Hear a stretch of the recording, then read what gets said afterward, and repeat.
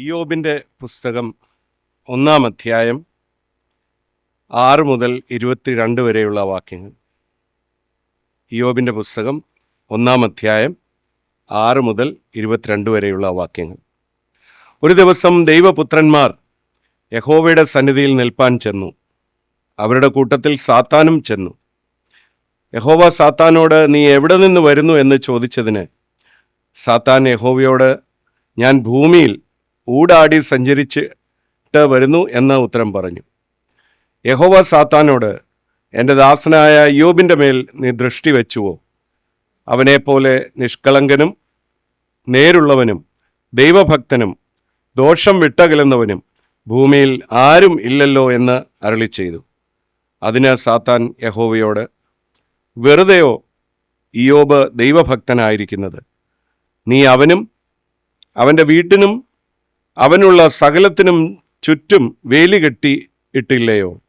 നീ അവൻ്റെ പ്രവൃത്തിയെ അനുഗ്രഹിച്ചിരിക്കുന്നു. അവൻ്റെ മൃഗസമ്പത്ത് ദേശത്ത് പെരുകിയിരിക്കുന്നു. തൃക്കൈ നീട്ടി അവനുള്ളതൊക്കെയും ഒന്ന് തൊടുക, അവൻ നിന്നെ മുഖത്ത് നോക്കി ത്യജിച്ചു പറയുമെന്ന് ഉത്തരം പറഞ്ഞു. ദൈവം സാത്താനോട്, ഇതാ അവനുള്ളതൊക്കെയും നിന്റെ കയ്യിലിരിക്കുന്നു, അവൻ്റെ മേൽ മാത്രം കയ്യേറ്റം ചെയ്യരുത് എന്ന് കൽപ്പിച്ചു. അങ്ങനെ സാത്താൻ യഹോവയുടെ സന്നിധി വിട്ട് പുറപ്പെട്ടു പോയി. ഒരു ദിവസം ഇയ്യോബിൻ്റെ പുത്രന്മാരും പുത്രിമാരും മൂത്ത ജ്യേഷ്ഠൻ്റെ വീട്ടിൽ തിന്നുകയും വീഞ്ഞു കുടിക്കുകയും ചെയ്തുകൊണ്ടിരിക്കുമ്പോൾ ഒരു ദൂതൻ അവൻ്റെ അടുക്കൽ വന്നു. കാളകളെ പൂട്ടുകയും പെൺകഴുതകൾ അരികെ മേഞ്ഞുകൊണ്ടിരിക്കുകയും ആയിരുന്നു. പെട്ടെന്ന് ശെബായർ വന്ന് അവയെ പിടിച്ചുകൊണ്ടു പോവുകയും വേലക്കാരെ വാളിൻ്റെ വായ്ത്തലയാൽ വെട്ടിക്കൊല്ലുകയും ചെയ്തു. വിവരം നിന്നെ അറിയിപ്പാൻ ഞാൻ ഒരുത്തൻ മാത്രം വഴുതിപ്പോന്നു എന്ന് പറഞ്ഞു. അവൻ സംസാരിച്ചു കൊണ്ടിരിക്കുമ്പോൾ തന്നെ വേറൊരുത്തൻ വന്നു.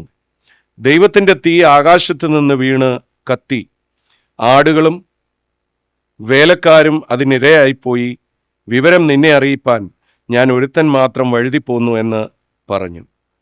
അവൻ സംസാരിച്ചു കൊണ്ടിരിക്കുമ്പോൾ തന്നെ മറ്റൊരുത്തൻ വന്നു. പെട്ടെന്ന് കൽദായർ 3 കൂട്ടമായി വന്ന് ഒട്ടകങ്ങളെ പിടിച്ചുകൊണ്ടു പോവുകയും വേലക്കാരെ വാളിൻ്റെ വായ്ത്തലയാൽ വെട്ടിക്കൊല്ലുകയും ചെയ്തു. വിവരം നിന്നെ അറിയിപ്പാൻ ഞാൻ ഒരുത്തൻ മാത്രം വഴുതിപ്പോന്നു എന്ന് പറഞ്ഞു. അവൻ സംസാരിച്ചു കൊണ്ടിരിക്കുമ്പോൾ മറ്റൊരുത്തൻ വന്നു. നിന്റെ പുത്രന്മാരും പുത്രിമാരും മൂത്ത ജ്യേഷ്ഠൻ്റെ വീട്ടിൽ തിന്നുകയും വീഞ്ഞു കുടിക്കുകയും ചെയ്തുകൊണ്ടിരുന്നു. പെട്ടെന്ന് മരുഭൂമിയിൽ നിന്ന് ഒരു കൊടുങ്കാറ്റ് വന്ന് വീട്ടിൻ്റെ 4 മൂലയ്ക്കും അടിച്ചു. അത് യൗവനക്കാരുടെ മേൽ വീണു. അവർ മരിച്ചുപോയി. വിവരം നിന്നെ അറിയിപ്പാൻ ഞാൻ ഒരുത്തൻ മാത്രം വഴുതിപ്പോന്നു എന്ന് പറഞ്ഞു.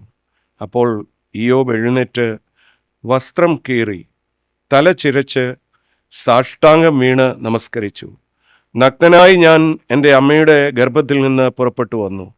നഗ്നനായി തന്നെ മടങ്ങിപ്പോകും. യഹോവ തന്നു, യഹോവ എടുത്തു, യഹോവയുടെ നാമം വാഴ്ത്തപ്പെടുമാറാകട്ടെ എന്ന് പറഞ്ഞു. ഇതിൽ ഒന്നിലും ഇയ്യോബ് പാപം ചെയ്യുകയോ ദൈവത്തിന് ഭോഷത്വം ആരോപിക്കുകയോ ചെയ്തില്ല. ഇങ്ങനെ പാഠം അവസാനിച്ചു. ദൈവത്തിൻ്റെ അതിപരിശുദ്ധ നാമം വാഴ്ത്തപ്പെടുമാറാകട്ടെ. നല്ല ഒരു ദിവസം നമുക്ക് ഒരുമിച്ച് ദൈവവചനത്തിൻ്റെ മുമ്പിൽ വരുവാനിടയായതിനായി നമുക്ക് ദൈവത്തിന് സ്തോത്രം ചെയ്യാം. ഈ സ്റ്റുഡിയോയിലും സൂം പ്ലാറ്റ്ഫോമിലും വന്ന് പങ്കെടുക്കുന്ന എല്ലാവരെയും കർത്താവിൻ്റെ നാമത്തിൽ സ്വാഗതം ചെയ്യുന്നു. പ്രിയപ്പെട്ട ജോൺസൺ എല്ലാവരോടും ഞങ്ങളുടെ ഗ്രീറ്റിങ്സ് അറിയിച്ചു. ഇപ്പോൾ നടക്കുന്ന ഈ വൈറസ് അറ്റാക്ക് കൊണ്ട് പലർക്കും പല രീതിയിലാണ്. ജോൺസൺ ഇന്ന് എങ്ങനെ പ്രസംഗിച്ചെന്ന് അറിഞ്ഞുകൂടാ. വേറൊരാൾ പ്രസംഗിച്ചു. തൊണ്ടയ്ക്കൊരൽപ്പം പ്രയാസം ഉണ്ടായിരുന്നു എന്നുള്ളത് എല്ലാവരും ശ്രദ്ധിച്ച് കാണുമല്ലോ.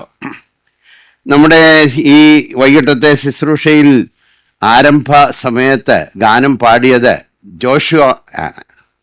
ജോഷുവ നമ്മുടെ ഡിനോഷിൻ്റെ മകനാണ്. നമുക്ക് നാളുകളായിട്ട് ഇവിടെ ഗാന ശുശ്രൂഷയിലും മിഷൻസ് ഇന്ത്യയുടെ മറ്റ് പ്രവർത്തനങ്ങളിലുമൊക്കെ വളരെയധികം ആക്റ്റീവായി ദീർഘവർഷങ്ങളായി, ഒരുപാട് വർഷങ്ങളായി ശുശ്രൂഷയിൽ പങ്കെടുക്കുന്ന കർത്തൃദാസനാണല്ലോ ഡിനോഷ്. കുറച്ച് ദിവസങ്ങൾക്ക് മുമ്പ് വാട്സപ്പിൽ കൂടെ ഈ ജോഷുവയുടെ പാട്ട് എനിക്ക് കേൾക്കാനിടയായി. ഞാനത് പഠിച്ചുകൊണ്ടിരുന്നപ്പോഴാണ് വീണ്ടും വീണ്ടും വീണ്ടും വീണ്ടും വീണ്ടും ഞാനിത് കേട്ടു. അപ്പോൾ എൻ്റെ മനസ്സിൽ കൂടെ തോന്നി, അടുത്ത നമ്മുടെ സൂം ബൈബിൾ ക്ലാസ്സിൽ ഒന്ന് പാടിയാൽ എത്ര മനോഹരമായിരിക്കും. മനോഹരമായി അത് ആലപിച്ചല്ലോ. ദൈവത്തിന് സ്തോത്രം. വരുന്ന നാളുകളിൽ ദൈവം അനുഗ്രഹിച്ച് കർത്താവ് തൻ്റെ ശുശ്രൂഷയ്ക്കും കുടുംബത്തിനും അനുഗ്രഹപരമായി ജീവിക്കുന്ന ഒരു ദൈവ പൈതലായി വളർന്നു വരുവാൻ കർത്താവ് ഇടയാക്കട്ടെ എന്ന് പ്രാർത്ഥിക്കുന്നു. നമ്മുടെ തലമുറ കർത്താവിനെ സ്നേഹിക്കുന്നതും സേവിക്കുന്നതുമാണ് നമ്മുടെ ജീവിതത്തിൻ്റെ ഏറ്റവും വലിയ ഭാഗ്യം. അത് നമ്മുടെ സഹോദരങ്ങൾക്കെല്ലാം നൽകട്ടെ എന്ന് പ്രാർത്ഥിക്കുന്നു. ദൈവത്തിന് സ്തോത്രം ചെയ്യുന്നു. നാം ഗോഡിയിൽ കൂടെ വേദഭാഗം കേട്ടല്ലോ. അതിമനോഹരമായ ആരാധന നമുക്ക് ലഭിച്ചു. ശുശ്രൂഷയെക്കുറിച്ച് പ്രിയ ജോൺസൺ നമ്മോട് സംസാരിച്ചു. നമുക്ക് വചന പഠനത്തിനായി നമ്മുടെ ശ്രദ്ധയെ തിരിക്കാം. ഇത് ഇയ്യോബിൻ്റെ പുസ്തകത്തിൻ്റെ 3-ാം ഭാഗമായിട്ടാണ് നമ്മുടെ പഠന പരമ്പരയിൽ വരുന്നത്. 3rd lesson. ഇയ്യോബ് ആരാണ്, ഇയ്യോബിൻ്റെ കുടുംബം എങ്ങനെയാണ് എന്നുള്ളത് 1-ാമത്തെ ലെസണിലും ഇയ്യോബിൻ്റെ ജീവിതത്തിൽ ഉള്ള ചില അനുഭവങ്ങളെക്കുറിച്ചും കഴിഞ്ഞ ലെസണിലും നമുക്ക് പഠിക്കുവാനിടയായി. ഇന്ന് ഇതിനകത്തൂടെ നാം നമ്മുടെ ശ്രദ്ധ ആകർഷിക്കുവാൻ ആഗ്രഹിക്കുന്ന ചിന്ത, sovereign God worthy of our worship. ഇയ്യോബിൻ്റെ പരിശോധനയിൽ കൂടെ ദൈവം നമുക്ക് വരച്ചു കാട്ടാൻ ആഗ്രഹിക്കുന്നത് ആരാധനയ്ക്ക് യോഗ്യനായ ഒരു ദൈവമുണ്ട് എന്നുള്ളതാണ്.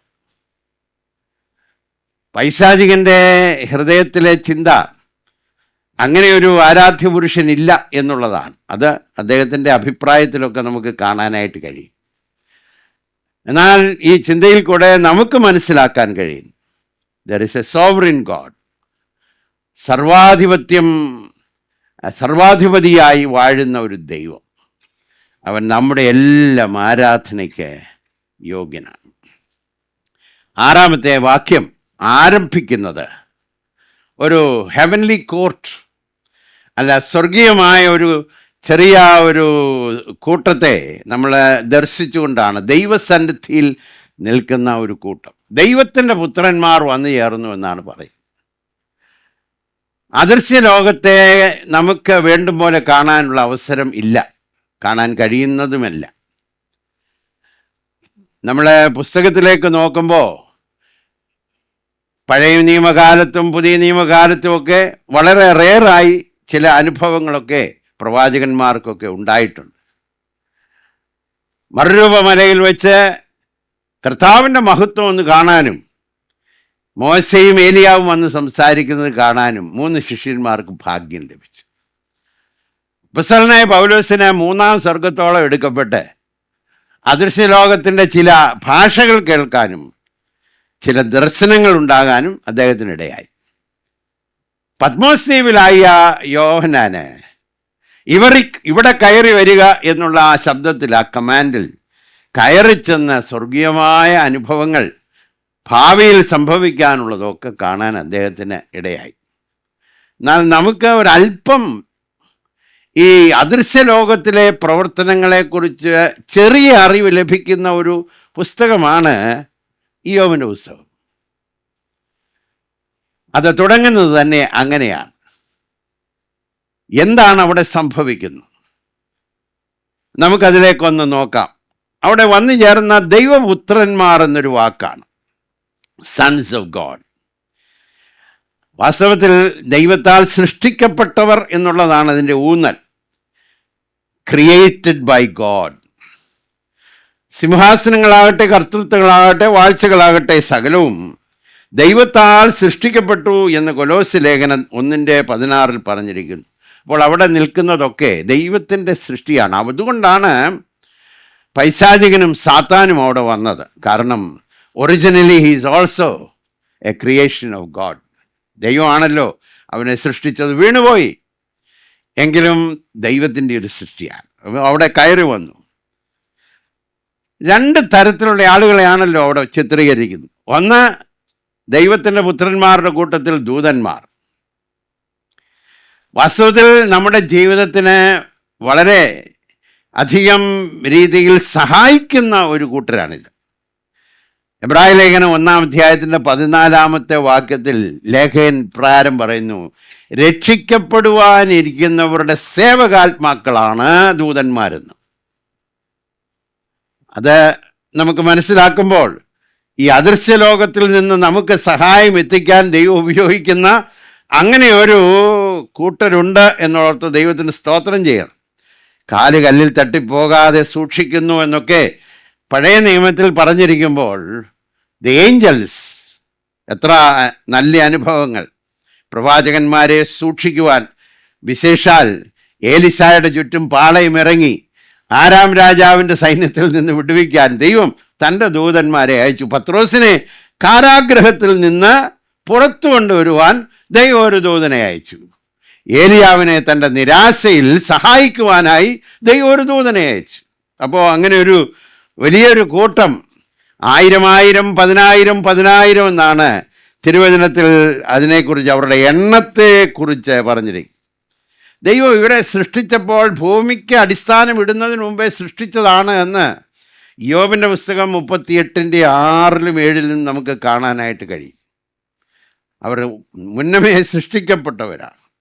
ഈ ദൂതന്മാർ ശക്തന്മാരാണ് എന്നുള്ളത് അവരുടെ പ്രവർത്തനത്തിൽ നിന്ന് നമുക്ക് കാണാൻ കഴിയും. അശൂർ പാളയത്തിലേക്ക് ഇറങ്ങിയ ഒരു അനുഭവം 2 രാജാക്കന്മാർ 19:35 ഒരാൾ 1,85,000 പേരെ കൊന്നു എന്നാണ് പറഞ്ഞിരിക്കുന്നത്, ഒരു ദൂതൻ. So very powerful. എന്നാൽ അവരുടെ ജീവിതത്തിലേക്ക് നോക്കുമ്പോൾ നമ്മുടെ ശ്രദ്ധ ആകർഷിക്കുന്ന കാര്യം 103-ാം സങ്കീർത്തനത്തിൽ അതിൻ്റെ 20-21 വാക്യത്തിൽ ശ്രദ്ധേയമായ കാര്യങ്ങൾ പറഞ്ഞിട്ടുണ്ട്. 21-ാമത്തെ വാക്യത്തിൽ അവൻ്റെ ഇഷ്ടം ചെയ്യുന്ന ശുശ്രൂഷക്കാർ. പണ്ട് ഒരു വിധത്തിൽ പറഞ്ഞാൽ ഈ ദൂതന്മാരുടെ ശുശ്രൂഷ നോക്കിയാൽ നമുക്ക് നല്ലൊരു മാതൃകയും കൂടെ കാണാം. അവൻ്റെ വചനത്തിൻ്റെ ശബ്ദം കേട്ട് 20-ാമത്തെ വാക്യത്തിൽ അവൻ്റെ ആജ്ഞ അനുസരിക്കുന്ന വീരന്മാരെന്നും പറഞ്ഞിട്ടുണ്ട്. അപ്പോൾ വീരന്മാരാണവർ. എങ്കിലും what qualifies dum is they do the will of God. ദൈവത്തിൻ്റെ വചനത്തിൻ്റെ ശബ്ദം കേട്ട് ആജ്ഞ അനുസരിക്കുന്ന, ഒബീഡിയൻ, ദൈവത്തിൻ്റെ ഇഷ്ടം ചെയ്യാൻ താല്പര്യപ്പെടുന്നവരാണ്. ദൈവത്തിൻ്റെ ജനത്തിനും മറ്റുള്ളവർക്കും സന്ദേശം എത്തിക്കാൻ ദൈവം ഉപയോഗിക്കുന്നു. നോട്ട്സ് ലഭിച്ചിട്ടുള്ളവർക്ക് ആ ഭാഗങ്ങളൊക്കെ അതിനകത്ത് സൂചിപ്പിച്ചിട്ടുണ്ട്. ദൈവത്തിൻ്റെ ന്യായവിധി, ശിക്ഷ നടപ്പാക്കാനും തമ്പുരാൻ ദൂതന്മാരെ അയക്കുന്നു എന്ന് വേദപുസ്തകം പഠിക്കുമ്പോൾ കാണാനായിട്ട് കഴിയും. ആ വേദഭാഗമൊക്കെ നോട്ട്സിനകത്ത് നമുക്ക് ലഭിക്കുന്നതാണ്. ഈ എല്ലാ കാലത്തിൻ്റെയും അവസാനം ഒരു കൊയ്ത്തുണ്ടാകും എന്ന് കർത്താവ് തൻ്റെ ഉപമയിൽ കൂടെ പറഞ്ഞു. ആ കൊയ്യുന്നവർ ദൂതന്മാരാണ് എന്ന് മത്തായിയുടെ സുവിശേഷം 13:39 നാം കാണും. എന്നാൽ ഇതേ സ്ഥലത്ത് നാം കാണുന്ന ഒരു വ്യക്തിയാണ് സാത്താൻ. അഡ്വേഴ്സറി എന്ന് പറയുന്ന വാക്ക്, പ്രതിയോഗി, ദൈവത്തിനെതിരായി പ്രവർത്തിക്കുന്നവൻ, ദൈവത്തിൻ്റെ എതിരാളിയാണ്. എപ്പോഴും ശ്രദ്ധിക്കണേ, ദൈവത്തിൻ്റെ ഓപ്പോസിറ്റ് അല്ല സാത്താൻ. ദൈവത്തിന് ഓപ്പോസിറ്റായിട്ട് ആരുമില്ല. എന്നാൽ ദൈവത്തിന് എതിരായി പ്രവർത്തിക്കുന്നവനാണ് സാത്താൻ. ആ സാത്താനെക്കുറിച്ച്, എതിരാളി, ഇവിടെ പലപ്പോഴും ഉപയോഗിച്ചിരിക്കുന്ന ഒരു പദമാണ് പ്രതിയോഗിയായ പിശാച്. ഈ ഭാഗത്തും ഇയ്യോബിൻ്റെ പുസ്തകത്തിലും മറ്റു ഭാഗങ്ങളിലും അവൻ ഒരു കുറ്റം പറയുന്നവൻ, കുറ്റം ചുമത്തുന്നവൻ, അപവാദം പറയുന്നവനായി നമുക്ക് കാണാനായിട്ട് കഴിയും. അപ്പോൾ സാത്താന്യ ശക്തി ഈ ഭൂമിയിൽ വ്യാപരിക്കുന്നു എന്നുള്ളത് നാം അറിയണം, പുതിയ നിയമവിശ്വാസിയും അറിയണം. അതുകൊണ്ടാണ് അപ്പസ്തലനായ പൗലോസ് ഇപ്രകാരം കൊരിന്തിലെ വിശ്വാസികളോട് ഉപദേശിച്ചപ്പോൾ പറഞ്ഞു, നാം അവൻ്റെ തന്ത്രങ്ങളെ അറിയാത്തവർ അല്ലല്ലോ എന്ന്. 2 കൊരിന്ത്യർ 2-ാമത്തെ അധ്യായത്തിൻ്റെ 11-ാമത്തെ വാക്യമാണ് എന്ന് എനിക്ക് തോന്നുന്നു. നാം അവൻ്റെ തന്ത്രങ്ങളെ അറിയാത്തവർ അല്ലല്ലോ. അപ്പോൾ ഈ ഒരു അറിവ് നമുക്കുണ്ടാകുന്നത് വിജയകരമായ ജീവിതത്തിന് ഏറെ സഹായമാണ് എന്നുള്ളത് ഓർക്കണം. അനേകരെ പാപത്തിലേക്ക് വശീകരിക്കുന്നതും അനേകരുടെ കണ്ണ് കുരുടാക്കുന്നവനും 2 കൊരിന്ത്യർ 4:4 അനേകരുടെ ഹൃദയത്തിൽ വീഴുന്ന നല്ല വിത്തുകളെ അതിവേഗം പെറുക്കിക്കൊണ്ടു പോകുന്നവനും. മത്തായി 13:19 വാക്യത്തിൽ ഉപദേശ പിശക് നമ്മുടെ ഉള്ളിലേക്ക് കൊണ്ടുവരുന്നവനും. 2 കൊരിന്ത്യർ 11:3 വിശ്വാസികളുടെ ജീവിതത്തെ അല്ലെങ്കിൽ അവരുടെ ശരീരത്തെ പീഡിപ്പിക്കുന്നവനും നമുക്ക് വേദന കൊണ്ടുവരുന്നവനും. 2 കൊരിന്ത്യർ 12:7 ജഡത്തിലെ ഒരു ശൂലം എന്നൊക്കെ അപ്പോസ്തലനായ പൗലോസ് പറഞ്ഞിരിക്കും. അപ്പോൾ ഇങ്ങനെ ഒരു കൂട്ടരുണ്ട്. എതിരാളിയായ പിശാച്, അപവാദിയായ പിശാച്, പ്രതിയോഗിയായ പിശാച്. ഇതൊരു യാഥാർത്ഥ്യമാണ്. Satan exist. അതുകൊണ്ട് ഈ വേദഭാഗത്ത് നമ്മളെ പഠിപ്പിക്കുന്ന ഒരു കാര്യം, പൈശാചികൻ നിലവിലുണ്ട് എന്നുള്ളത് നാം അറിയണം. ഒരു കാലത്ത് ഇങ്ങനെ ഒരു വ്യക്തി ഇല്ല, അല്ലെങ്കിൽ സാത്താൻ ഇല്ല, അതൊരു മിഥ്യയാണെന്ന് പഠിപ്പിക്കുന്നവരുണ്ടായിരുന്നു. പിശാചിന് ഏറ്റവും ഇഷ്ടമുള്ള കാര്യമാണിത്, അവനില്ല എന്നുള്ളത്. നിങ്ങൾ ശ്രദ്ധിച്ചാൽ ഈ ലോകത്തിൽ ഒരുപാട് ഈ അരുതാത്ത വഴിയിൽ കൂടെയൊക്കെ നേട്ടങ്ങൾ വരുന്നവരും പിന്നെ വിവിധമായ കൊലപാതകങ്ങളിലൊക്കെ ഉൾപ്പെട്ട് നിൽക്കുന്നവരും ഒക്കെ അങ്ങനെയുള്ള ഒരു ഗ്യാങ് ഉണ്ടല്ലോ. അവർക്കാർക്കും അഡ്രസ്സില്ല. അവർ ഞങ്ങളുടെ അഡ്രസ്സ് ഇവിടാണ്, ഞങ്ങൾ ഇവിടാണ് താമസിക്കുന്നത്, അല്ലെങ്കിൽ ഇവിടെയാണ് ഞങ്ങളുടെ ഓഫീസിൽ നിന്ന് അവരൊരിക്കലും പ്രസിദ്ധമാക്കത്തില്ല. Because they don't want others to know. പൈശാചികനും ആ കൂട്ടത്തിലാണ്. എന്നാൽ അവൻ ഒരു യാഥാർത്ഥ്യമാണ് എന്നുള്ളത് കർത്താവ് തന്നെ യോഹന്നാൻ 8:44 നമ്മെ പഠിപ്പിച്ചിരിക്കുന്നു. അതുകൊണ്ട് നാം നിർമ്മതരായിരിക്കണം, ഉണർന്നിരിക്കണം എന്നുള്ളത് ഓർക്കണം. എന്നാൽ പൈശാചികനെക്കുറിച്ച് ചിന്തിക്കുമ്പോൾ ചില കാര്യങ്ങൾ ഈ വേദഭാഗത്തോടുള്ള ഇയ്യോബിൻ്റെ ശോധനയോടുള്ള ബന്ധത്തിൽ നാം അറിഞ്ഞിരിക്കും. ഒന്ന്, അവന് പരിമിതമായിട്ടുള്ള അറിവേ ഉള്ളൂ. എല്ലായിടത്തും ഒരുപോലെ ഇരിക്കാൻ അവന് കഴിവില്ല. ഓംനി പ്രസൻ്റ് അല്ല ദൈവത്തെ പോലെ. ഒരു സ്ഥലത്ത് ഇരിക്കുമ്പോൾ വേറൊരു സ്ഥലത്ത് ഇല്ല. അതുപോലെ എല്ലാറ്റെക്കുറിച്ചും ദൈവത്തിന് അറിവുള്ളതുപോലെയുള്ള അറിവില്ല. അതിൻ്റെ ഒരു വലിയ തെളിവാണ് ഇവിടെ നമ്മൾ ചിന്തിക്കാൻ പോകുന്ന ഒരു വിഷയമാണ്. ഇയ്യോബിൻ്റെ വിഷയത്തെക്കുറിച്ച് ദൈവത്തോട് സംസാരിക്കുന്ന സമയത്ത് സാത്താൻ ചോദിക്കുന്ന ഒരു കാര്യം, വെറുതെയോ അവൻ ഭക്തനായിരിക്കുന്നു? അപ്പോൾ അവൻ്റെ ഒപ്പീനിയനിൽ, അവൻ്റെ ആശയത്തിൽ ദൈവത്തെ ഇയ്യോബ് സേവിക്കുന്നതിൻ്റെ പിന്നിൽ എന്തോ നേട്ടമുണ്ട്, വെറുതെ ആയിരിക്കുകയില്ല. അത് പറയുമ്പോൾ അതൊരു യാഥാർത്ഥ്യമല്ല എന്ന് ഇവിടെ പ്രൂവ് ചെയ്യാൻ പോവുകയാണ്. ദൈവം തന്നെ അത് പുറത്തു കൊണ്ടുവരാൻ പോവുകയാണ്. അപ്പോൾ ഇത് പറയുന്ന സമയത്ത് ഇയ്യോബിൻ്റെ ഭക്തിയുടെ ആഴവും അതിൻ്റെ യാഥാർത്ഥ്യവും മനസ്സിലാക്കാൻ ഈ പൈശാചിക ശക്തിക്ക് കഴിയുന്നില്ല. Cannot understand.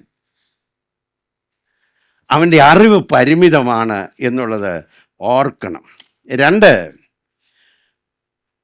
വലിയ ശക്തിയും ഒക്കെ ഉണ്ടെങ്കിലും ദൈവത്തോട് അക്കൗണ്ടബിളാണ്. ദൈവസന്നിധിയിൽ അവൻ നിൽക്കുന്നു എന്നാണല്ലോ വായിക്കുന്നത്, ഇല്ലയോ? 6-ാമത്തെ വാക്യത്തിൽ ദൈവസന്നിധിയിൽ നിൽക്കും. അവിടെ നിൽക്കുമ്പോൾ ദൈവം ചോദിച്ചിരിക്കുന്നു, നീ എവിടെയായിരുന്നു? Where did you go? നീ എവിടെ നിന്ന് വരുന്നു എന്ന് പറഞ്ഞാൽ ചോദിക്കാൻ അധികാരമുള്ളത് ദൈവത്തിനാണ്, അവനോടും ചോദിക്കാൻ. ഉത്തരം പറഞ്ഞേ മതിയാവൂ. Is N accountable person.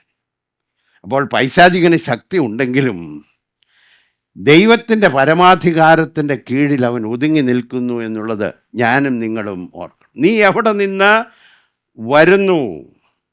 അതുമാത്രമല്ല, ദൈവത്തിൻ്റെ അനുവാദം കൊടുക്കുന്ന സ്ഥലങ്ങളിലേക്ക് മാത്രമേ അവന് പ്രവർത്തിപ്പാനും കഴിവുള്ളൂ എന്നുള്ളത് ഓർക്കണം. അതിൻ്റെ ഉള്ളിലേ പ്രവർത്തിക്കാൻ അവന് സാധ്യമാകത്തുള്ളൂ എന്നുള്ളത് നാം മനസ്സിലാക്കണം. Is answerable and accountable to God. എന്നാൽ ഇവൻ്റെ സ്വഭാവത്തിലേക്ക് നോക്കുമ്പോൾ യേശു കർത്താവ് ഇപ്രകാരം യോഹന്നാൻ 10:10 പറഞ്ഞു, മോഷ്ടിപ്പാനും അറുപ്പാനും മുടിപ്പാനും. 3 കാര്യമാണ്. ഉള്ളതെടുത്ത് കളയണം. 2, നമ്മുടെ നശിപ്പിക്കണം. 3, സകലത്തെയും തകർക്കണം, മുടിക്കണം. ഇതാണ് അദ്ദേഹത്തിൻ്റെ സ്ട്രാറ്റജി. എന്നാൽ ഇവിടെ ഈ സാത്താന്യ ശക്തിയുടെ അല്ലെങ്കിൽ പൈശാചികൻ്റെ പ്രവർത്തനത്തിൻ്റെ ഒരു മേഖല സ്ലാൻഡർ ചെയ്യുക എന്നുള്ളതാണ്, അപവാദം പറയുക എന്നുള്ളതാണ്. സാത്താൻ യഹോവയോട് വെറുതെയോ? ഇയ്യോബ് ദൈവഭക്തൻ ആയിരിക്കുന്നത് 1-ാം അധ്യായത്തിൻ്റെ 9-ാമത്തെ വാക്യം എന്ന് പറഞ്ഞാൽ ഇവൻ്റെ ഭക്തി സിൻസിയർ അല്ല എന്നാണ് സാധാരണ ഭാഷയിൽ പറഞ്ഞാൽ. ഇവൻ്റെ ആരാധന, ഇവൻ്റെ ദൈവഭക്തിക്ക് ഇറ്റ്സ് നോട്ട് റിയൽ. അവൻ വെറുതെയാണോ അവൻ ഭക്തനായിരിക്കുന്നത്? അവൻ എന്തോ ലഭിക്കുന്നത് കൊണ്ടുള്ള ഭക്തിയാണ്, ദൈവത്തോടുള്ള ഭക്തി അല്ല എന്നാണ് പറഞ്ഞത്. ഒരു വിധത്തിൽ ദൈവത്തെ കൂടി ഇതിനകത്ത് ഉൾപ്പെടുത്തിയെന്നാണ് എനിക്ക് തോന്നുന്നത്. കാരണം ദൈവ ആരാധകരെ സൃഷ്ടിക്കുന്നത്, അവർക്ക് വേണ്ടുന്നതെല്ലാം നൽകി ആരാധകരെ സൃഷ്ടിക്കുന്ന ദൈവമാണെന്നൂടെ അതിനകത്തൊരു ധ്വനി നമുക്ക് കാണാനായിട്ട് കഴിയും. ദൈവത്തിൻ്റെ ആ വലിപ്പത്തെയും മഹത്വത്തെയും തന്നെയാണ് ചോദ്യം ചെയ്തത്. ഇയ്യോബിൻ്റെ വിശ്വാസത്തെ നിശ്ചയമായും ചോദ്യം ചെയ്തു. വെറുതെയോ ഇവൻ ദൈവഭക്തൻ ആയിരിക്കുന്നു. വെളിപ്പാട് 12:10 ദൈവസന്നിധിയിൽ രാപ്പകൽ സഹോദരന്മാരെ കുറ്റം ചുമത്തുന്ന അപവാദിയെ എങ്ങനെയാണ് പറഞ്ഞിരിക്കുന്നത്? അപവാദിയായ പിശാച്. അതുകൊണ്ട് നാം ഉണർന്നിരിക്കണം, സുബോധമുള്ളവരായിരിക്കണം എന്ന് തിരുവചനം നമ്മെ പഠിപ്പിക്കുന്നു. 1 പത്രോസ് 5:8 നിർമ്മതരായിരിപ്പീൻ, ഉണർന്നിരിപ്പീൻ, നിങ്ങളുടെ പ്രതിയോഗിയായ പിശാച് അലറുന്ന സിംഹം പോലെ ആരെ വിഴുങ്ങേണ്ടു എന്ന് തിരഞ്ഞ് ചുറ്റി നടക്കും. ആ ചോദ്യത്തിൽ നിന്ന്, അതിൻ്റെ ഉത്തരത്തിൽ നിന്ന്, അല്ലെങ്കിൽ ദൈവം ചോദിച്ച നീ എവിടെയായിരുന്നു, എവിടെ നിന്ന് വരുന്നു എന്ന് ചോദിച്ചപ്പോൾ അതിനുള്ള മറുപടിയിൽ നിന്നൊരു കാര്യം നമുക്ക് മനസ്സിലാവും. സാത്താൻ യഹോവയോട് 7-ാമത്തെ വാക്യത്തിൽ അതിൻ്റെ മറുപടിയാണ്, ഞാൻ ഭൂമിയിൽ ഊടാടി സഞ്ചരിച്ചു. അപ്പോൾ സഞ്ചരിക്കുന്നവനായില്ലേ? സഞ്ചാര സുവിശേഷകരെന്ന് ഞാൻ കേട്ടിട്ടുണ്ട്. ഈ സഞ്ചാര നാശം വിതയ്ക്കുന്ന ഇവിടെ പറഞ്ഞിട്ടുണ്ട്. പക്ഷേ സഞ്ചാര സുവിശേഷകനേക്കാൾ വ്യഗ്രതയോടെ സഞ്ചരിക്കുന്ന ഒരു മനുഷ്യനാണിത്, ഒരു വ്യക്തിയാണ്. ഒരു റെസ്റ്റും ഇല്ല. ഒരാഴ്ച ശുശ്രൂഷ ചെയ്തുകൊണ്ട് ഒരാഴ്ച റെസ്റ്റ് വേണ്ട ഇദ്ദേഹത്തിന്. ഊടാടി സഞ്ചരിക്കും. Very active and very alert. 2, വെറുതെ സഞ്ചരിച്ചു വരികയല്ല, എവിടെ സാധ്യതയുണ്ടെന്ന് സൂക്ഷ്മമായി നോക്കുന്നൊരു വ്യക്തിയാണ് പൈശാചികൻ. അതുകൊണ്ടാണ് ദൈവം ചോദിച്ചു, എൻ്റെ ദാസനായ ഇയ്യോബിൻ്റെ മേൽ നീ ദൃഷ്ടി വെച്ചോ? So is looking for an opportunity. ആരെ വിഴുങ്ങേണ്ടു എന്ന് തിരഞ്ഞ് 1 പത്രോസ് 5:8 പറഞ്ഞിരിക്കുന്നു, is looking for an opportunity. പൈശാചികൻ തിരഞ്ഞു നടക്കുകയാണ് എവിടെ സാധ്യതയുണ്ട് എന്ന്. അതുകൊണ്ട് ദൈവം ചോദിച്ചു, നീ എവിടെയായിരുന്നു? എൻ്റെ ദാസനായ ഇയ്യോബിൻ്റെ മേൽ നീ ദൃഷ്ടി വെച്ചു. ഇനി നോക്കിക്കാട്ടെ, ഇയ്യോബിൻ്റെ പരിശോധനയിലേക്ക് നമുക്കൊന്ന് എത്തി നോക്കാം. ഇയ്യോബിൻ്റെ ഭക്തിയാണ് സാത്താൻ ചോദ്യം ചെയ്യും. ഞാൻ സൂചിപ്പിച്ചതുപോലെ ജെന്യുവൻനെസ് ഓഫ് ജോബ്സ് ഗോഡ്ലിനെസ് അല്ലെങ്കിൽ ആരാധന. ഇവിടെ പറയുകയാണ്, നീ അവനും അവൻ്റെ വീട്ടിനും അവനുള്ള സകലത്തിനും 10-ാമത്തെ വാക്യത്തിൽ ചുറ്റും വേലി കെട്ടിയില്ലയോ? നീ അവൻ്റെ പ്രവൃത്തിയെ അനുഗ്രഹിച്ചിരിക്കുന്നു, അവൻ്റെ മൃഗസമ്പത്ത് ദേശത്ത് പെരുകിയിരിക്കുന്നു. വെറുതെയാണോ അവൻ നിന്നെ ആരാധിക്കുന്നത്? Is it for nothing? അപ്പോൾ ചോദിക്കുന്ന വളരെ സ്പെസിഫിക്കാണ്. നീ അവന് അഭിവൃദ്ധി കൊടുത്തു. 2, നീ അവനെ വേലി കെട്ടി സൂക്ഷിക്കുന്നു. 3, നീ അവന് വേണ്ടുന്നതെല്ലാം സമൃദ്ധിയായി നൽകിയിരിക്കുന്നു. ഇതുകൂടാതെ ഇദ്ദേഹം ഒരു കാര്യം കൂടെ പറഞ്ഞു, നീ കൈ നീട്ടി അതിനെ ഒന്ന് തൊടണം, നീ കൊടുത്തതിനെയൊക്കെ ഒന്ന് തൊടണം. 11-ാമത്തെ വാക്യത്തിലാണ്. അപ്പോൾ എന്ത് സംഭവിക്കുമെന്നോട് ഇദ്ദേഹം അങ്ങ് പ്രെഡിക്റ്റ് ചെയ്യുകയാണ്. തൃക്കൈ നീട്ടി അവനുള്ളതൊക്കെ ഒന്ന് തൊടുക. അവൻ നിന്നെ മുഖത്തു നോക്കി ത്യജിച്ചു പറയുമെന്ന് ഉത്തരം പറഞ്ഞു. എന്നാൽ സാത്താൻ പിൽക്കാലത്ത് മനസ്സിലാക്കി അതല്ല എന്ന്. അപ്പോൾ വളരെ ശ്രദ്ധയോടെ ഓടി നടക്കുന്ന ഒരു വ്യക്തിയാണ്. God, you have blessed him, that's why he worships you. എത്ര വലിയൊരു അപവാദമാണ് പറഞ്ഞത് എന്ന് നോക്കുക. ഒരു വിധത്തിൽ ഇത് സാത്താൻ തനിക്ക് പിന്നാലെ നടക്കുന്നവരെ വശത്താക്കുന്ന അതേ കാര്യമാണ് ഇവിടെ തൻ്റെ വാക്കുകളിൽ കൂടെ പുറത്തു വരുന്നത്. ഞാൻ ഒന്നുകൂടെ പറയാൻ ആഗ്രഹിക്കുന്നു. തൻ്റെ ഭക്തിമാർഗമാണ് ഇവിടെ ഒന്ന് വെളിവാക്കുന്നത്.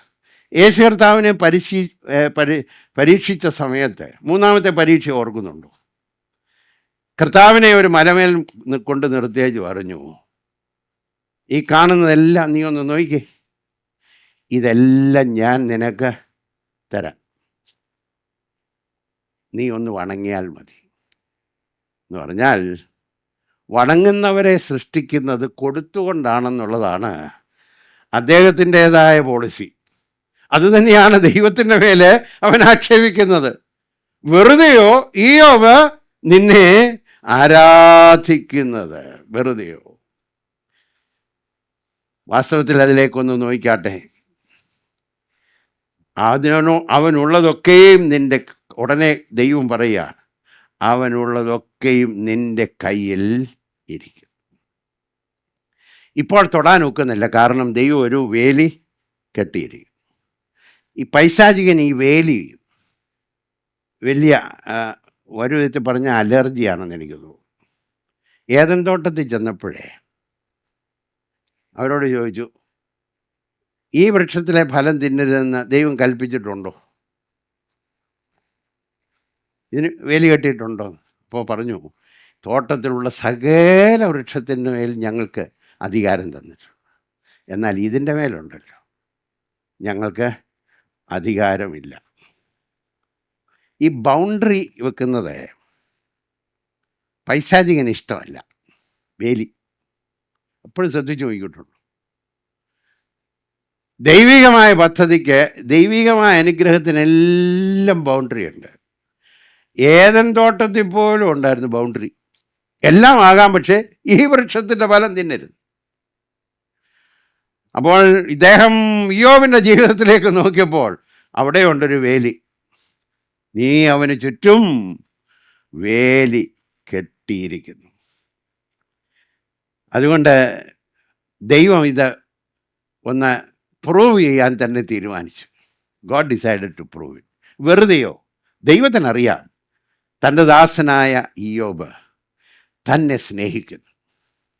അവൻ്റെ ഭക്തി യാഥാർത്ഥ്യമുള്ളതാണെന്ന് ദൈവം എൻഡോഴ്സ് ചെയ്തതാണ്. നമ്മുടെ ഒന്നാമത്തെ പഠനത്തിൽ നമുക്ക് മനസ്സിലായി.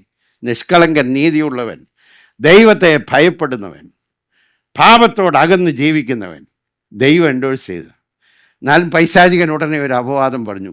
ദൈവം അത് പ്രൂവ് ചെയ്യാൻ തീരുമാനിച്ചു. ഉടനെ പറയുകയാണ് സാത്താനോട്, ഇതാ അവനുള്ളതൊക്കെയും നിന്റെ കയ്യിൽ ഇരിക്കുന്നു, അവൻ്റെ മേൽ മാത്രം കയ്യേറ്റം ചെയ്യരുത്. പിന്നെയും ഗോഡ് പുട്ട്സ് എ ബൗണ്ടറി ഉണ്ടോ? ശ്രദ്ധിച്ചു. കാരണം എന്നാണെന്നറിയാമോ? നമുക്ക് കഴിയുന്നതിന് മീതെ പരീക്ഷിക്കപ്പെടുവാൻ ദൈവം അനുവദിക്കത്തില്ല. നമ്മുടെ അവസ്ഥ ദൈവത്തിനറിയാം. God puts a boundary. ഇയ്യോബിനെ പരിശോധിച്ചതുപോലെ ഒരുപക്ഷെ നമ്മെ പരിശോധിക്കണമെന്നില്ല. കാരണം അതിനകത്ത് നിൽക്കാനുള്ള കഴിവുണ്ടോ എന്ന് ദൈവത്തിനറിയാം. കഴിവിനു മീതെ, നിങ്ങൾക്ക് കഴിയുന്നതിന് മീതെ പരീക്ഷിക്കപ്പെടുവാൻ ദൈവം ഒരു നാളും സമ്മതിക്കത്തില്ല. God always puts a limit to devil search. ദൈവത്തിൻ്റെ ഈ പൈശാചികൻ്റെ കരങ്ങൾക്ക് എപ്പോഴും ദൈവം ഒരു പരിമിതി ഇടും.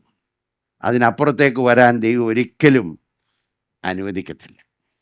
അപ്പോൾ ഇതിനകത്തും നമുക്ക് കാണാൻ കഴിയുന്നത്, ഇയ്യോബ് പരീക്ഷിക്കപ്പെടുവാൻ പോവുകയാണ്, പരിശോധിക്കപ്പെടുവാൻ പോവുകയാണ്. ആ പരിശോധിക്കപ്പെടുവാനായി ദൈവം അനുവദിച്ചെങ്കിൽ മാത്രമേ പരിശോധനയ്ക്ക് അവൻ വിധേയനാകത്തുള്ളൂ. ദൈവം ദോഷങ്ങളാൽ പരീക്ഷിക്കുന്നില്ല, പരീക്ഷിക്കുന്നത് പൈശാചികനാ. എന്നാൽ പരീക്ഷിക്കപ്പെടണമെങ്കിൽ സ്വർഗത്തിലെ ദൈവം അത് അനുവദിക്കണം. അപ്പോൾ നമുക്ക് അതിനകത്ത് ആശ്വസിക്കാനൊരു വകയുണ്ട്. തമ്പുരാൻ അനുവദിക്കാതെ ഒരു പരിശോധനയും നമ്മളെ സമീപിക്കത്തില്ല. കാരണം വേലി കെട്ടുന്നൊരു ദൈവമുണ്ട്. 2, പരിശോധിക്കപ്പെടുവാൻ ദൈവം അനുവദിക്കുമ്പോഴൊക്കെ നമ്മുടെ കഴിവ് എത്ര എന്നറിയാവുന്ന ദൈവം നമ്മുടെ പ്രാപ്തിക്കനുസരിച്ച് അതിനപ്പുറത്തേക്ക് പോകാൻ ദൈവം ഒരിക്കലും അനുവദിക്കത്തില്ല. ദൈവം വേലി കെട്ടും. പ്രധാനപ്പെട്ട കാര്യം, ഇതിന് ദൈവത്തിന് വലിയൊരു ഉദ്ദേശമാണ്. ഉദ്ദേശം കൂടാതെ, ദൈവത്തിന് ഒരു പദ്ധതി മനസ്സിലില്ലാതെ, ദൈവത്തിനൊരു പ്ലാൻ മനസ്സിലില്ലാതെ വിശ്വാസികളെ പരിശോധിക്കുവാൻ ദൈവം ഒരിക്കലും അനുവദിക്കത്തില്ല. പത്രോസിൻ്റെ ലേഖനത്തിൽ ഇങ്ങനെ ഒരു വാക്യമുണ്ട്. 1 പത്രോസ് 1:6-7. അല്പനേരത്തേക്ക് നാനാ പരീക്ഷകളാൽ നിങ്ങളിപ്പോൾ ദുഃഖിച്ചിരിക്കേണ്ടി വന്നാലും, അപ്പോസ്തലൻ പറയുകയാണ്, ആനന്ദിക്കുന്നു. കാരണം അഴിഞ്ഞു പോകുന്നതും തീയിൽ ശോധന കഴിക്കുന്നതുമായ പൊന്നിനേക്കാൾ നിങ്ങളുടെ വിശ്വാസത്തിൻ്റെ പരിശോധന വിലയേറിയത് എന്ന് യേശുക്രിസ്തുവിൻ്റെ പ്രത്യക്ഷതയിൽ തേജസ്സിനും പുകഴ്ചയ്ക്കും മാനത്തിനുമായി കാണുവാനിട വരും. അപ്പോൾ നാനാ പരീക്ഷകളാൽ നിങ്ങളെ ഇപ്പോൾ ശോധന ചെയ്യുന്നത് യേശുക്രിസ്തുവിൻ്റെ പ്രത്യക്ഷതയിൽ നിങ്ങൾക്ക് മാനവും നിങ്ങൾക്ക് തേജസ്സും നിങ്ങൾക്ക് പുകഴ്ചയും ഉണ്ടാകേണ്ടതിന്. അപ്പോൾ ദൈവം നമ്മെ പരിശോധിക്കുവാൻ, അല്ലെങ്കിൽ ജീവിതത്തിൻ്റെ ചില വേദനകളിൽ കൂടെ പോകാൻ അനുവദിക്കുമ്പോൾ, ഒന്ന്, ദൈവം അനുവദിക്കാതെ സംഭവിക്കത്തില്ല. ദൈവം അത് അനുവദിച്ചാലും ദൈവത്തിൻ്റെ ലിമിറ്റിനപ്പുറത്തേക്ക് പരിശോധന പോകാൻ അനുവദിക്കത്തില്ല. 3, ദൈവം അതിൻ്റെ പിന്നിൽ എന്തോ പ്ലാൻ ചെയ്തിട്ടുണ്ട് എന്നുള്ളത് നമ്മുടെ ഹൃദയത്തിൽ ഉറയ്ക്കണം. God has some good plan. ഇയ്യോബേ, നിന്നെ ഈ ശോധനയിൽ കൂടെ കടത്താൻ പോകുക, പക്ഷേ ഇയ്യോബിൻ്റെ ദൈവത്തിന് അതിനെക്കുറിച്ച് വലിയ ഒരു പ്ലാൻ ഉണ്ട്. God has A purpose for it.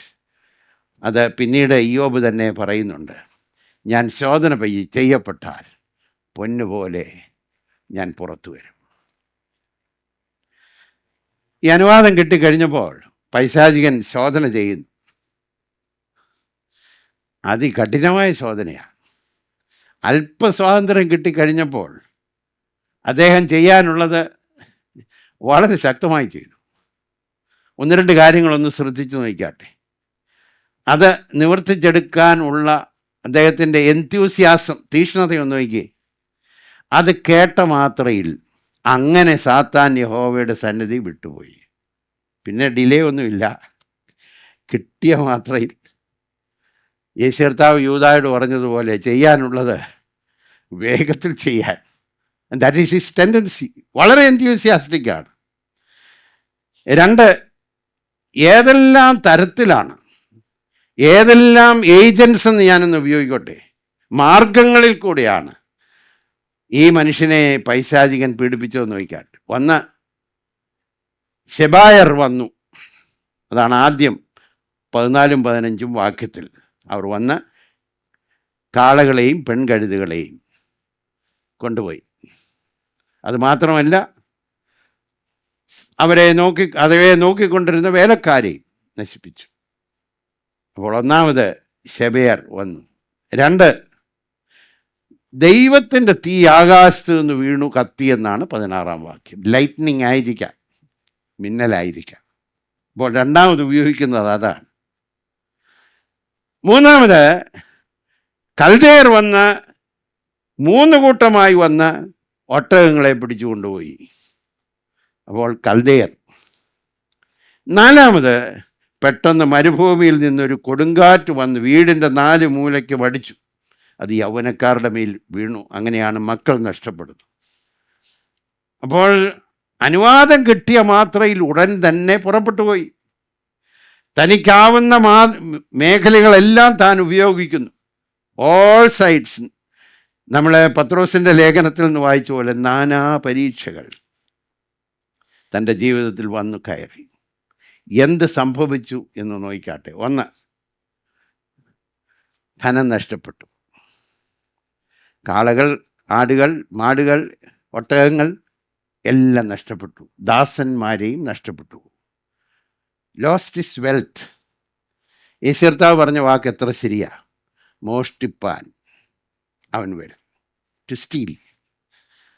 അപ്പോൾ വിശ്വാസിക്ക് നഷ്ടം വരുത്തുന്നത് അവൻ്റെ താല്പര്യമാണ്, ഇല്ലേ? രണ്ട്, ലോസ് ഓഫ് ചിൽഡ്രൻ. മക്കൾ നഷ്ടപ്പെട്ടു. യേശു കർത്താവ് പറഞ്ഞു മോഷ്ടിപ്പാനും അറുപ്പാനും ടു കിൽ. എത്ര വലിയ ദുഃഖം. ഇതെല്ലാം എന്തുകൊണ്ട് ഉണ്ടാക്കിയെന്ന് നോക്കാട്ടെ. തൻ്റെ ജീവിതത്തിൽ വലിയ വേദന, ഹൃദയവേദന. വളരെ ശ്രദ്ധേയമായ കാര്യങ്ങളാണ്. ഒന്ന്, നഷ്ടങ്ങൾ. രണ്ട്, കുഞ്ഞുങ്ങൾ തനിക്ക് നഷ്ടപ്പെടുന്നു. തീരാത്ത വേദന തന്നെ ഭരിക്കുന്നു. അപ്പോൾ ശോധന ചെയ്യാനുള്ള അനുവാദം കിട്ടിക്കഴിഞ്ഞപ്പോൾ അവനെ ശോധന ചെയ്യാൻ പൈശാചികൻ തീരുമാനിച്ചു. ഇനിയും ഇതിനകത്ത് നിന്ന് നമ്മളെ സന്തോഷിപ്പിക്കുന്ന കാര്യം, ഭക്തനായ മനുഷ്യൻ ഇതിൽ ജയം പ്രാപിക്കുന്നു. He is victorious. ദൈവം ഒരിക്കൽ കായനോട് പറഞ്ഞു, കായനെ, പാപം നിൻ്റെ വാതിൽക്ക് കിടക്കും. എന്നാൽ എൻ്റെ ആഗ്രഹം പറയാം, നീ അതിനെ ജയിക്കണം. വിശ്വാസിക്ക് ശോധനകളൊക്കെ വരും, പ്രയാസങ്ങളൊക്കെ വരും. ദൈവത്തിൻ്റെ ആഗ്രഹം എന്നാണെന്നറിയാമോ? We must overcome. നാം ജയിക്കണം. കാരണം നമ്മുടെ ജയം ദൈവത്തിൻ്റെ ജയമാണ്. നാം ജയിക്കുന്നെങ്കിൽ ദൈവരാജ്യത്തിന് ഒരു ജയമാണ്. It is victory for God. ഒരു ഭക്തനായ മനുഷ്യൻ പറഞ്ഞു, പൈശാചികൻ മനുഷ്യനെ വശീകരിച്ച് ഈ ഭൂമിയെ വാസ്തവത്തിൽ ഈ ലോകത്തിൻ്റെ പ്രഭുവായി ഇപ്പോൾ വാഴുന്നല്ലോ. എന്നാൽ ദൈവത്തിൻ്റെ പദ്ധതി ഇറങ്ങി വന്ന് തന്നിൽ നിന്ന് എല്ലാം എടുത്തുകൊണ്ട് പോയ പൈശാചികനെ നേരിട്ട് തോൽപ്പിക്കുക എന്നതിനേക്കാൾ ഉപരിയായി പൈശാചികൻ ഒരു ക്രിയേറ്റഡ് ഏഞ്ചലാണല്ലോ, ദൂതനാണല്ലോ, ഇല്ലേ? ആ ദൂതനേക്കാൾ അല്പം താഴ്ച വന്നവനായ മനുഷ്യനെ കൊണ്ട് പൈശാചികനെ തോൽപ്പിക്കണമെന്നുള്ളതാണ് ദൈവത്തിൻ്റെ പദ്ധതി. ഞാൻ പറഞ്ഞത് വ്യക്തമായി എന്ന് ഞാൻ ചിന്തിക്കുന്നു. പൈശാചികൻ മനുഷ്യനെ തോൽപ്പിച്ച് ഇതെല്ലാം തൻ്റെ അവകാശമാക്കി ഈ ലോകത്തിൻ്റെ പ്രഭുവായി തീർന്നു. And God says my plan, എൻ്റെ പ്ലാൻ. നേരിട്ട് ദൈവത്തിന് വന്ന് തൻ്റെ വായിലെ ശ്വാസം കൊണ്ട് ഒറ്റയടിക്ക് അവസാന കാലഘട്ടത്തിൽ സംഭവിക്കാൻ പോകുന്ന അതാണ്. എന്നാൽ ദൈവത്തിൻ്റെ പദ്ധതിയിൽ സൃഷ്ടിക്കപ്പെട്ട ഈ ദൂതനേക്കാൾ അല്പം താഴ്ച വന്നവനായ മനുഷ്യനെ കൊണ്ട് പൈശാചികനെ തോൽപ്പിക്കണമെന്നുള്ളതാണ് ദൈവത്തിൻ്റെ പദ്ധതി. അതിനകത്ത് ഇയ്യോബിനെ കൂടെ ഉൾപ്പെടുത്തുക. ഇയ്യോബിനെ കൊണ്ട് പൈശാചിക ശക്തിയെ തോൽപ്പിക്കുന്നു. നോക്കാട്ടെ എങ്ങനെ വിജയം വരിച്ചു എന്ന് നോക്കാം. How did he become victorious? 1:20 തനിക്കുള്ളതെല്ലാം നഷ്ടപ്പെട്ട് കഴിഞ്ഞപ്പോൾ, സമ്പത്ത് പോയി, കുഞ്ഞുങ്ങൾ പോയി, തനിക്കുള്ളതൊക്കെ നഷ്ടപ്പെട്ടു. അപ്പോൾ ഇയ്യോബ് എഴുന്നേറ്റു, വസ്ത്രം കീറി, തല ചരിച്ചു. എന്ന് പറഞ്ഞാൽ തൻ്റെ ജീവിതത്തിൽ ദുഃഖം വന്നല്ലേ, ബിക്കെയിം സോറോഫുൾ. ആ വാക്യത്തിനകത്തും നാം മനസ്സിലാക്കേണ്ട കാര്യം, ദൈവം പരിശോധന ചെയ്യുന്ന ഈ വ്യക്തി സാധാരണ മനുഷ്യനാണ്, ഓർഡിനറി മാൻ. ഈ മനുഷ്യൻ്റെ ജീവിതത്തിൽ വരാവുന്നൊരു വികാരമാണ് ദുഃഖം. അപ്പോൾ വിശ്വാസിയുടെ ജീവിതത്തിൽ ഓർത്തോണം, ദുഃഖങ്ങൾ വരാൻ സാധ്യതയുണ്ട്. എന്നാൽ ഒരു കാര്യം ഓർത്താൽ മതി. തെസ്സലോനിക്കർക്ക് എഴുതിയ ലേഖനത്തിൽ 4-ാം അധ്യായം 13-ാമത്തെ വാക്യത്തിൽ പറഞ്ഞിരിക്കുന്നത് പോലെ, മറ്റുള്ളവരെ പോലെ നാം ദുഃഖിക്കരുത്. We should not sorrow like other people. ദുഃഖങ്ങളുണ്ടാകും. ഞാൻ പറഞ്ഞത് എത്ര യാഥാർത്ഥ്യമില്ലേ? വേർപാടുകളുണ്ടാകും ഭക്തൻ്റെ വീട്ടിൽ. രോഗങ്ങൾ വന്നു എന്ന് വന്നേക്കാം, പ്രയാസങ്ങൾ വന്നു എന്ന് വന്നേക്കാം, പ്രതിസന്ധികൾ വന്നു എന്ന് വന്നേക്കാം. എന്നാൽ ഇതിൽ ഒക്കെ ദുഃഖം വന്നാലും ഓർക്കണം, ഈ ദുഃഖം നമ്മളെ തളർത്തരുത്. ഇയ്യോബ് ദുഃഖിക്കുന്നവനായി തീർന്നു, എന്നാൽ ആ ദുഃഖത്തിൽ അവൻ മുഴുകിപ്പോയില്ല.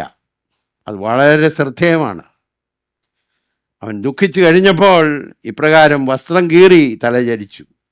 അവൻ എഴുന്നേറ്റ് വസ്ത്രം കീറിയെന്നാണ് പറയുന്നത്. എത്ര ദുഃഖമാണ്!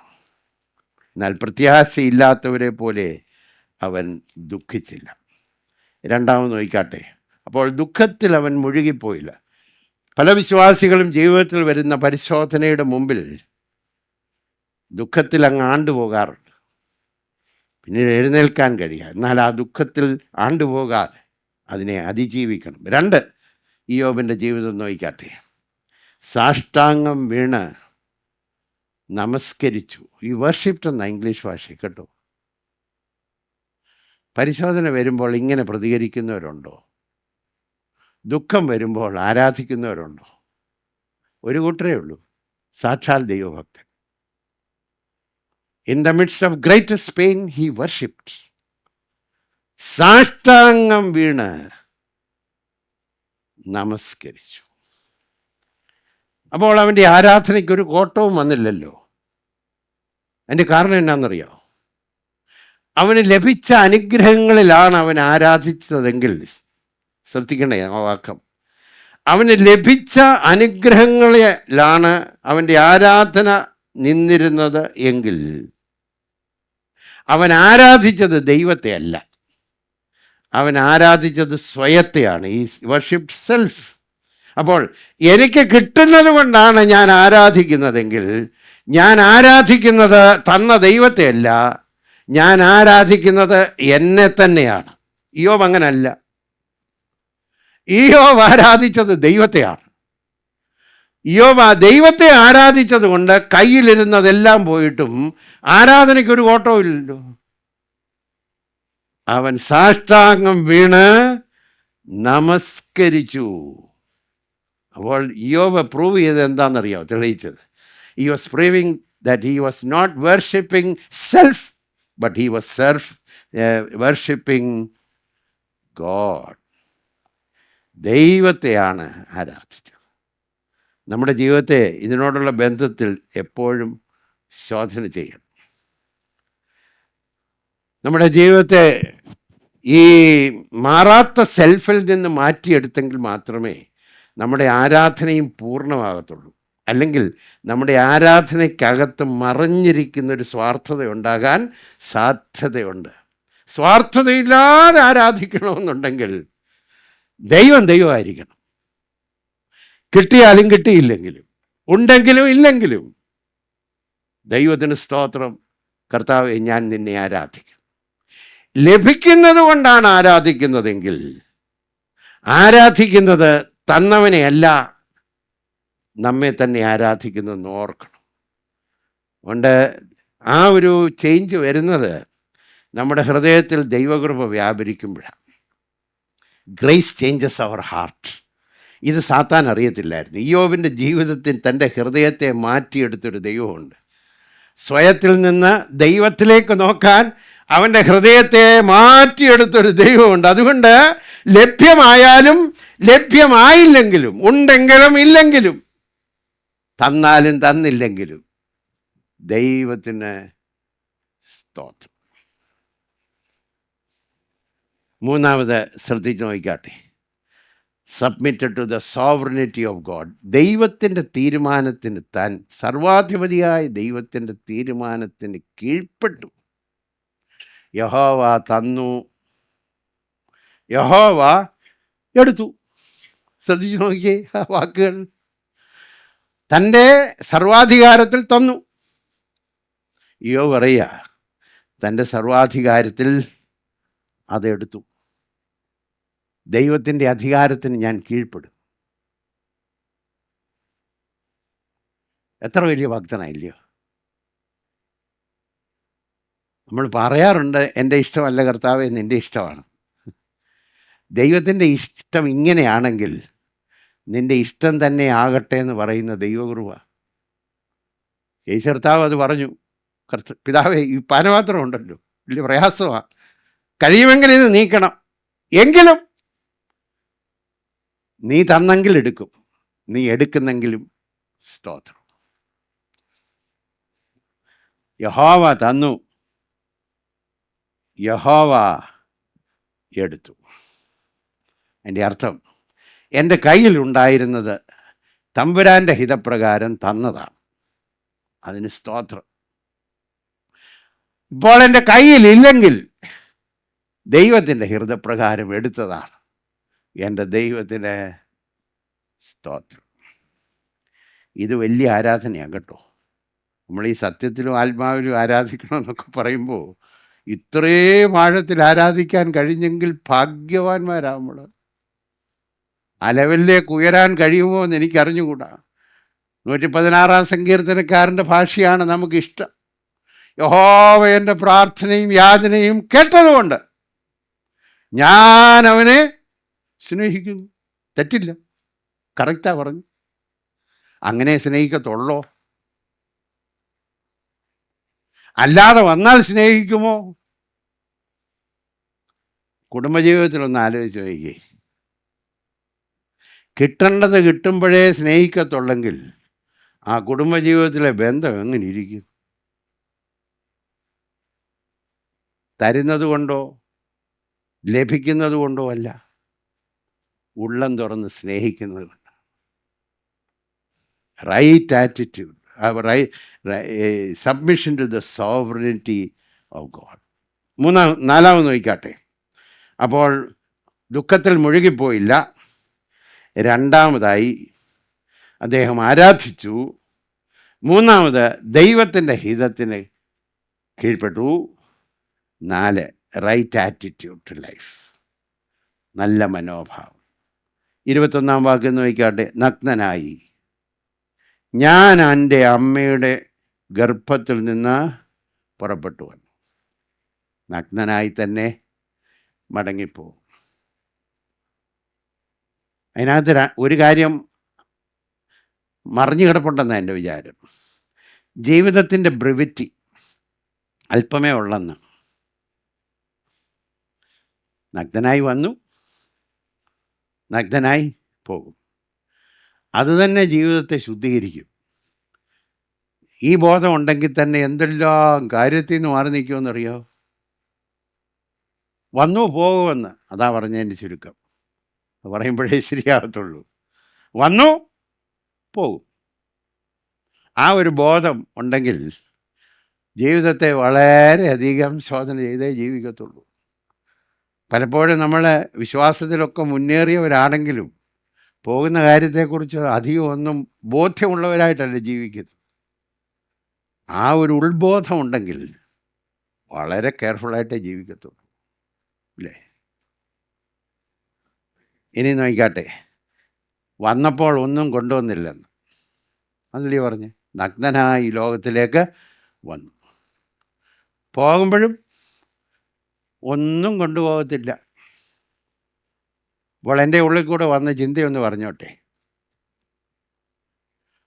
വന്നപ്പോൾ ഒന്നും കൊണ്ടുവന്നില്ല, വന്നു കഴിഞ്ഞിട്ട് തമ്പുരാൻ ചിലതൊക്കെ തന്നു. പക്ഷേ പോകുമ്പോൾ ഇതൊന്നും കൊണ്ടുപോകത്തുമില്ല. ഈ പോകുന്നതിന് മുമ്പ് തന്നെ കുറച്ച് നാൾ മുമ്പേ ഇതങ്ങ് കൊണ്ടുപോയെന്ന് വിചാരിച്ചോ? ഇല്ലെന്ന് വിചാരിച്ചു. അപ്പോഴോ വ്യത്യാസമൊന്നുമില്ലല്ലോ, ഇല്ലയോ? പോകുമ്പോൾ ഒന്നും കൊണ്ടുപോകത്തില്ല. പക്ഷേ ആ പോകുന്ന നാളിന് കുറച്ച് നാൾ മുമ്പേ കയ്യിലുള്ളത് പോയെങ്കിലും പോകുന്ന സമയത്തൊന്നും കൊണ്ടുപോകത്തില്ല. അദ്ദേഹം പറഞ്ഞു, നഗ്നനായി ഞാൻ ലോകത്തിൽ വന്നു, നഗ്നനായി തന്നെ ഞാൻ പോകും. നത്തിങ്, എനിക്കുള്ളത് ഒന്നും ഇവിടെ സ്ഥിരമല്ല. എത്ര മനോഹരമായ attitude. I brought nothing in to the world, I will take nothing back out of this world. ഈ ലോകത്തിലുള്ള കാര്യങ്ങളുമായിട്ടുള്ള അദ്ദേഹത്തിൻ്റെ ബന്ധത്തിൻ്റെ ഒരു പ്രഖ്യാപനമാണിത്. How he relates himself to the wealth of the world. ഇത് നമ്മുടെ ജീവിതത്തിൽ ഓർക്കണം. ഒന്നിനെയും മുറുകെ പിടിക്കരുത്. കാരണം ഇതൊന്നും കയ്യിൽ നിൽക്കുന്നത് അല്ല. ഇനി നോക്കിക്കാട്ടെ അദ്ദേഹത്തിൻ്റെ അടുത്ത പ്രതികരണം. ഇവയിൽ ഒന്നിലും ഇയ്യോബ് പാപം ചെയ്യുകയോ ദൈവത്തിന് ഭോഷത്വം ആരോപിക്കുകയോ ചെയ്തില്ല. ഈ നല്ല അന്തരീക്ഷത്തിൽ തെറ്റാതെ നിൽക്കുന്നവരുണ്ട്, അന്തരീക്ഷം മോശമാകുമ്പോൾ തെറ്റിപ്പോകുന്നവരുണ്ട്. അതായത് അരുതാത്ത വഴിയിൽ സമ്പാദിക്കാതിരിക്കാനെല്ലാം ശ്രമിക്കും. പക്ഷേ ജീവിതത്തിൻ്റെ ഒരു വലിയ ബുദ്ധിമുട്ട് വന്നെന്ന് വിചാരിച്ചു, അത് കിട്ടിയാലേ കാര്യം നടക്കത്തുള്ളൂ, കാര്യം ഒന്ന് സാധിച്ചെടുക്കണമെന്ന് വിചാരിക്കുമ്പോൾ കോംപ്രമൈസ് ചെയ്യുന്ന എത്ര പേരുണ്ടെന്നറിയാമോ? നടക്കണ്ടായോ കാര്യം? ജീവിച്ചു പോകണ്ടായോ? തൻ്റെ ജീവിതത്തിൻ്റെ ഏറ്റവും വലിയ ദുരിതത്തിൻ്റെ നടുവിൽ പോലും അവൻ ദൈവത്തോട് പാപം ചെയ്തില്ല. Did not sin. ഇവിടെയാണ് ഇയ്യോബിൻ്റെ ഭക്തിയുടെ ആഴം. അനുഗ്രഹിക്കപ്പെട്ട സന്ദർഭത്തിൽ ഒരു പക്ഷേ അതിനോടൊക്കെ വിട്ടു നിൽക്കായിരുന്നു. പക്ഷേ ഇതെല്ലാം ജീവിതത്തിൽ നഷ്ടപ്പെട്ട് കഴിഞ്ഞപ്പോൾ ഇനി എന്താ എനിക്ക്, ഇല്ലേ? അങ്ങനെ ചിന്തിക്കുന്നവരുണ്ട്. ഇനി എന്താ, എല്ലാം പോയില്ലേ? ഇയ്യോബ് അങ്ങനല്ല. എല്ലാം പ്രതികൂലമായാലും ഞാൻ പാപം ചെയ്യുകയില്ല. അടുത്തത് ശ്രദ്ധിച്ചോ, ദൈവത്തിന് ഭോഷത്വം ആരോപിക്കൂ ചെയ്തില്ല. വാക്കുകളെ സൂക്ഷിച്ചു.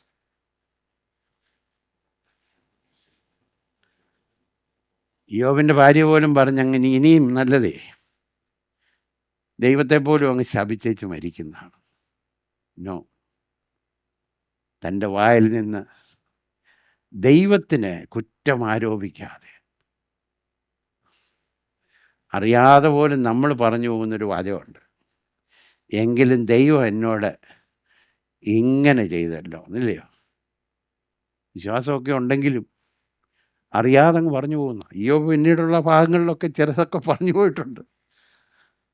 എങ്കിലും അദ്ദേഹത്തെക്കുറിച്ച് ദൈവം പറയുകയാണ്, ഈ കഷ്ടകാലം വന്നിട്ടും പാപം ചെയ്യുകയോ ദൈവത്തിന് ഭോഷത്വം ആരോപിക്കുകയോ ചെയ്തില്ല. True religion. Price the Lord.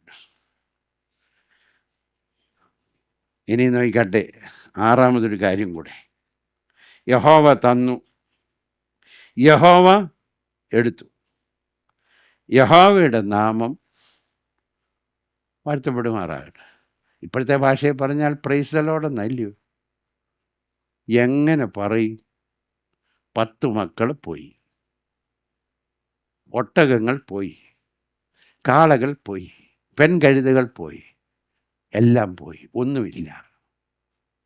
അവിടെ കുത്തിയിരുന്നുകൊണ്ട് പറയുകയാണ്, കർത്താവേ സ്തോത്രം, പ്രൈസ് ദി ലോർഡ്. ഇത്രയും ഒന്നും കഷ്ടത്തിൽ കൂടെ പോയില്ലെങ്കിലും ഇവിടെ അടുത്ത് ഞങ്ങൾക്ക് വളരെ ആദ്യകാലങ്ങളിൽ അടുത്ത് സ്നേഹിക്കുന്ന ഒരു അവറാച്ചായനുണ്ടായിരുന്നു. അദ്ദേഹം ബിസിനസ് മാറി ഒരു ചെറിയ സ്ഥാപനം തുടങ്ങാനൊക്കെ തിരുവല്ലായുടെ ഒരു സ്ഥലത്തൊരു കാര്യങ്ങളൊക്കെ ക്രമീകരിച്ച് എല്ലാം റെഡിയായി വന്നപ്പോൾ അതിൻ്റെ തലേ രാത്രിയിൽ തീ കത്തി.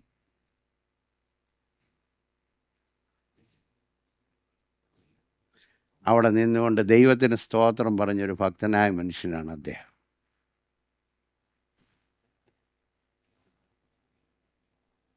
ആഴമായ ഭക്തിയാകട്ടോ. സൂപ്പർഫിഷ്യൽ റിലിജ്യൻ ഉണ്ട്, ആഴമായ ഭക്തി. എൻ്റെ ദൈവത്തിന് സ്തോത്രം. കഷ്ടതയിലും പാടുവാൻ നമ്മൾ പാടിപ്പോകുമ്പോൾ ഈ ചിന്തിക്കത്തില്ല ഈ പറയുന്നത് എന്തുവാന്ന്. നഷ്ടം അതിൽ കൊണ്ടാടുവാൻ ഒന്ന് ചിന്തിച്ചു നോക്കിയേ.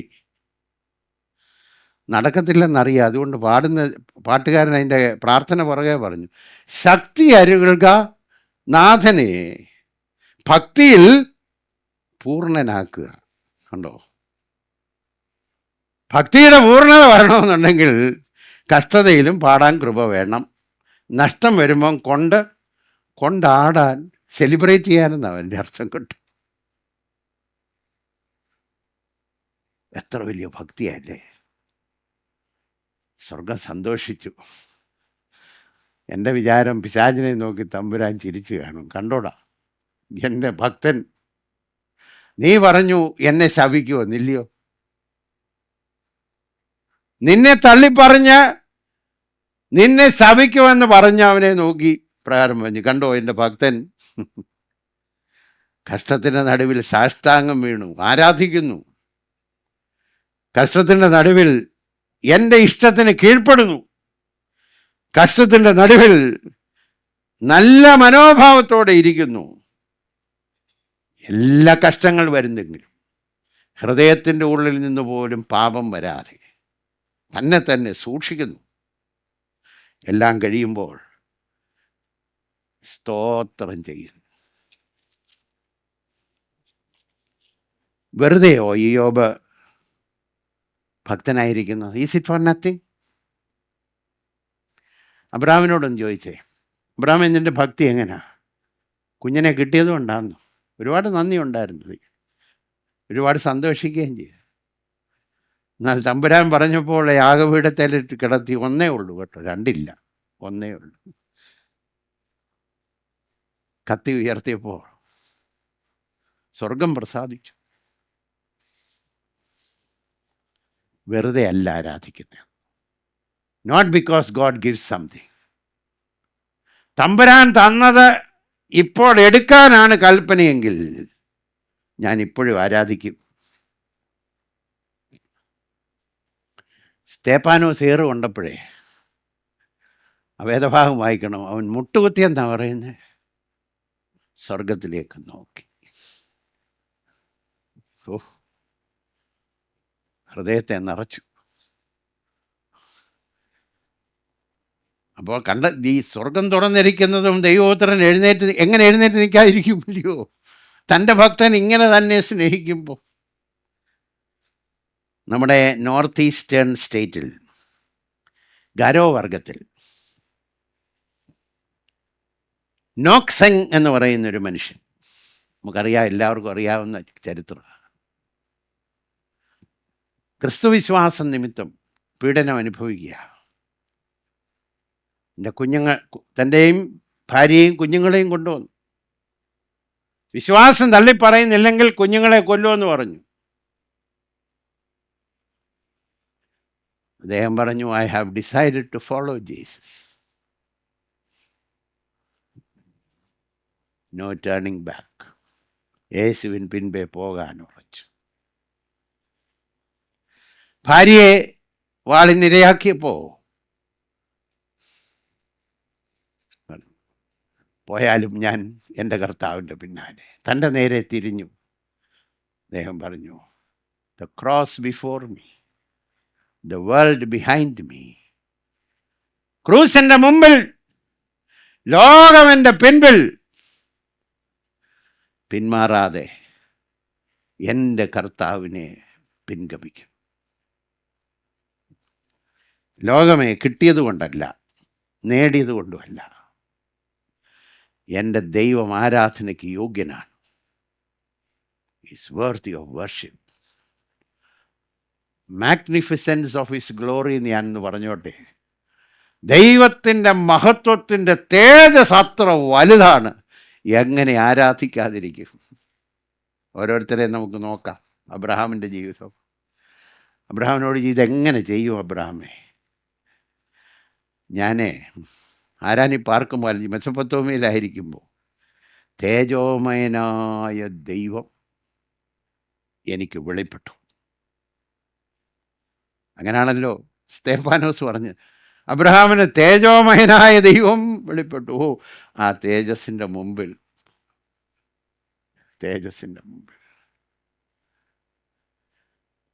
സ്തേഫാനോസിനോട്, സ്തേഫാനോസ് ഇങ്ങനെ ഇതിൻ്റെ നടുവിൽ പ്രാർത്ഥിക്കുന്നത് എങ്ങനെ?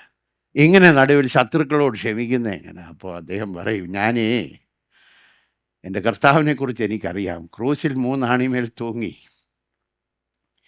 എൻ്റെ വീണ്ടെടുപ്പിൻ്റെ വില കൊടുത്ത് അവസാനത്തുള്ളി വരെ അവിടെ നിന്നിറങ്ങാതെ രക്ഷപ്പെടാൻ ശ്രമിക്കാതെ എനിക്ക് വേണ്ടി അവസാനത്തുള്ളി രക്തവും ചിന്തി മരിച്ച എൻ്റെ പ്രാണപ്രിയൻ, ഐ വിൽ വർഷിപ്പ്. ഗാരോ വർഗത്തിൽപ്പെട്ട ദൈവദാസൻ ഇപ്രകാരം പറയും: എന്നെ രക്ഷിച്ച, നരഭോജിയായിരുന്ന എൻ്റെ ജീവിതത്തെ നരസ്നേഹിയാക്കി മാറ്റിയ എൻ്റെ കർത്താവിനെ വിട്ട് കിട്ടിയാലും കിട്ടിയില്ലെങ്കിലും ഞാൻ എൻ്റെ ദൈവത്തെ മഹത്വപ്പെടുത്തും. I will worship. Praise the Lord. എൻ്റെ വിചാരം സ്വർഗത്തിൽ സെലിബ്രേഷൻ ആയിരുന്നു. ദൈവത്തെ ആരാധിക്കുന്ന ഈ ഭക്തൻ്റെ ആരാധന കണ്ടപ്പോൾ, നൂറ്റാണ്ടുകളായി ദൈവത്തിൻ്റെ സന്നിധിയിൽ ആരാധിക്കുന്ന ദൂതന്മാർ ഇങ്ങനെ ആരാധിക്കുന്ന ഒരു ഭക്തനെ, ഇയ്യോബിനെ പോലെ ആരാധിക്കുന്ന ഒരു ഭക്തനെ കണ്ടപ്പോൾ സ്വർഗം സന്തോഷിച്ചാണ്. സ്വർഗം സന്തോഷിച്ചു. ഹൃദയത്തിൻ്റെ ഉള്ളിൽ അവർ പറഞ്ഞു, to God be the glory, to God be the glory. പ്രിയപ്പെട്ടവരെ, നമ്മുടെ ദൈവം